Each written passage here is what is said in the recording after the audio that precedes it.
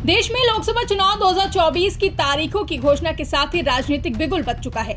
सभी राजनीतिक पार्टियों ने अपनी तैयारियां तेज कर दी हैं। साथ ही एक दूसरे पर आरोप प्रत्यारोप का सिलसिला लगातार जारी है। बता दें, कांग्रेस के पूर्व अध्यक्ष और वायनाड से सांसद राहुल गांधी के एक और बयान पर बीजेपी ने घोर आपत्ति जताते हुए हमलावर हो गई है। राहुल गांधी ने हिंदू धर्म के शक्ति शब्द का जिक्र करते हुए कहा कि वो शक्ति से लड़ रहे हैं। हिंदू धर्म में शक्ति शब्द होता है। हम शक्ति से लड़ रहे हैं, एक शक्ति से लड़ रहे हैं। अब सवाल उठता है, वो शक्ति क्या है? जैसे किसी ने यहां कहा, राजा की आत्मा ईवीएम में है। सही है, राजा की आत्मा ईवीएम में है, हिंदुस्तान की हर संस्था में है, ईडी में है, सीबीआई में है, इनकम टैक्स डिपार्टमेंट में है। एक वरिष्ठ नेता, नाम नहीं लेना चाहता हूं, इसी प्रदेश के एक वरिष्ठ नेता कांग्रेस पार्टी को छोड़ते हैं और रो के कहते हैं, मेरी मां से रो के कहते हैं कि सोनिया जी, मुझे शर्म आ रही है, मेरे में इन लोगों से, इस शक्ति से लड़ने की हिम्मत नहीं है, मैं जेल नहीं जाना चाहता हूं। राहुल गांधी के इस बयान पर बीजेपी ने इसे सनातन धर्म का एक और अपमान बता दिया है। तो वहीं प्रधानमंत्री नरेंद्र मोदी ने भी राहुल गांधी के इस बयान पर जमकर हमला बोला। पीएम मोदी ने कहा, मैं इस चुनौती को स्वीकार करता हूं और मैं इन शक्ति स्वरूपा माताओं बहनों की रक्षा के लिए जान की बाजी लगा दूंगा। उनकी लड़ाई शक्ति के खिलाफ है। मेरे लिए हर मां शक्ति का रूप है। माताओं बहनों, आपको मैं शक्ति के रूप में पूजा करता हूं। इंडिया अलायंस ने अपना घोषणा पत्र शक्ति को खत्म करने के लिए किया है। मैं इस चुनौती को स्वीकार करता हूं और मैं इन शक्ति स्वरूपा माताओं बहनों की रक्षा के लिए जान की बाजी लगा दूंगा। मुकाबला 4 जून को हो जाएगा। कौन शक्ति का विनाश कर सकता है और कौन शक्ति के आशीर्वाद प्राप्त कर सकता है, इसका मुकाबला 4 जून को हो जाएगा। वहीं इस पर यूपी कांग्रेस अध्यक्ष अजय राय ने प्रतिक्रिया देते हुए राहुल गांधी का समर्थन करते हुए बीजेपी पर हमला बोला। आप भी सुनिए।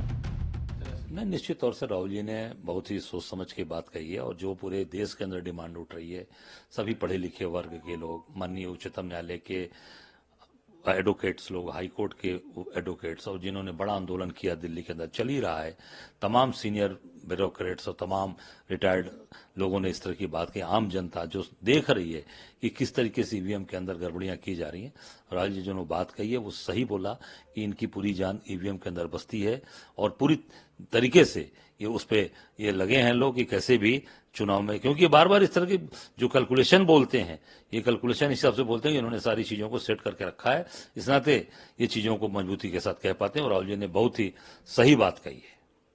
सरकार डीआई और आईटी की रेट जो है पढ़वाई जाती है, विपक्षियों पे दबाव बनवाया जाता है, इसका शक्ति के रूप में प्रयोग हो रहा है।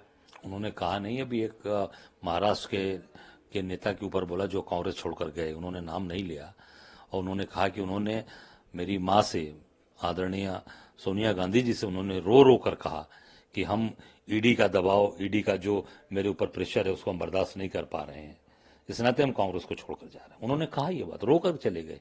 आप सोचिए, आप ऐसे कितने लोग होंगे, हजारों की संख्या है जो दबाव में जा रहे हैं। उत्तर प्रदेश के कई बड़े नेता भी जो ज्वाइन किए हैं वो सब ईडी के दबाव में गए हैं। अब देखिए, अजय कपूर जी गए बेचारे, चेहरा उनका उतरा हुआ था, चेहरे पे कहीं मुस्कान नहीं थी, रुआसा चेहरा था, जैसे जब उनको बुके दिया गया, जैसे लगा कि जबरदस्ती थमाया जा रहा है, गले में दुपट्टा डाला जा रहा है, ऐसे जबरदस्ती उनके गले में कोई फांसी का फंदा डाल रहा है। तो ये सारी चीजें, मतलब इसका मतलब कि कहीं ना कहीं दबाव, प्रेशर, और चेहरा उतरा हुआ है, चेहरे पे कोई हंसी नहीं है, कोई मुस्कान नहीं है। जो परिवार के साथ इतने साल परिवारों के साथ एक भाईचारे की तरह रहा, केवल पद के लिए, ऐसा मैं नहीं समझता हूं कि केवल लोग पद के भूखे हैं। कहीं ना कहीं उनको लगता है कि नहीं, आज हम अपना मान सम्मान हमारा गिर रहा है और प्रतिष्ठा हमारी गिर रही है, उसके बाद भी वो निर्णय लेना पड़ रहा है। कहीं ना कहीं ये पूरा दबाव है, सरकारी एजेंसियों का दबाव है, इस नाते लोग जा रहे हैं। सर, प्रधानमंत्री आने वाले हैं, पूरा देश कह रहा है कि 400 के पार इस बार विकसित भारत आएगा। इस बार जो संयोग बन रहा है वो मोदी जी के खिलाफ संयोग बन रहा है।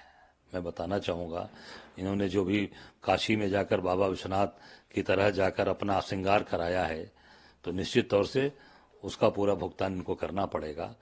और महादेव की जो तीसरी नेत्र है ना, वो बड़ी बाबा विश्वनाथ की कृपा, मैं समझता हूँ कि तीसरी नेत्र बड़ी खतरनाक होती है, और ये जो उन्होंने अपना श्रृंगार कराया है वो उनको जरूर, मैं समझता हूँ कि उसका उनको प्रायश्चित करना पड़ेगा। महाराष्ट्र में सर भारत राष्ट्र अध्यक्ष अखिलेश यादव ने भारत जोड़ो न्याय यात्रा की तारीफ की, लेकिन वहां पे व्यस्तता के कारण शामिल नहीं हुए।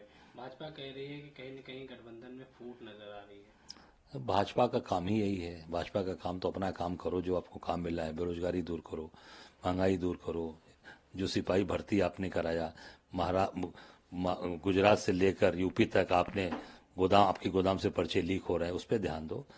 मेरी जहां तक जानकारी है पूरा गठबंधन एकजुट है, और अखिलेश जी कहीं व्यस्तता के कारण या कुछ ऐसी चीजें, उन्होंने बाकायदे पत्र लिखकर, लेटर लिखकर तारीफ की है, और उसमें उन्होंने प्रशंसा की है राहुल जी की। तो मैं समझता हूं कि ये भारतीय जनता पार्टी की जो दूषित मानसिकता है वो सामने आती है। सर कपिल निश्चित तौर से अब जो उन्होंने कहा है, इतने विद्वान वकील हैं, तो उनकी कुछ सोच समझ के ही बोला होगा। सर जदयू नहीं, जो ये तो ध्रुवीकरण की चीजें ही चल रही हैं। चुनाव 2019 में कानून बना और 2024 में लागू किया जा रहा है, तो मैं समझता हूँ कि ये पूरी तरीके से इसको केवल और केवल ध्रुवीकरण की राजनीति है, और ध्रुवीकरण करना चाहते हैं लोग। गौरतलब है कि चुनाव आयोग ने लोकसभा चुनाव की तारीखों का ऐलान कर दिया है। पूरा चुनाव 7 फेज में होगा। पहले चरण की वोटिंग 19 अप्रैल को होगी। वहीं देश भर में इलेक्शन की प्रक्रिया 43 दिन तक चलेगी, जबकि 4 जून को नई सरकार का ऐलान हो जाएगा। ब्यूरो रिपोर्ट, इंडिया पब्लिक खबर। फिलहाल के लिए इस खबर में बस इतना ही। देश और दुनिया की ऐसी ही तमाम बड़ी खबरों के लिए हमारे YouTube चैनल को सब्सक्राइब करें और बने रहें इंडिया पब्लिक खबर के साथ।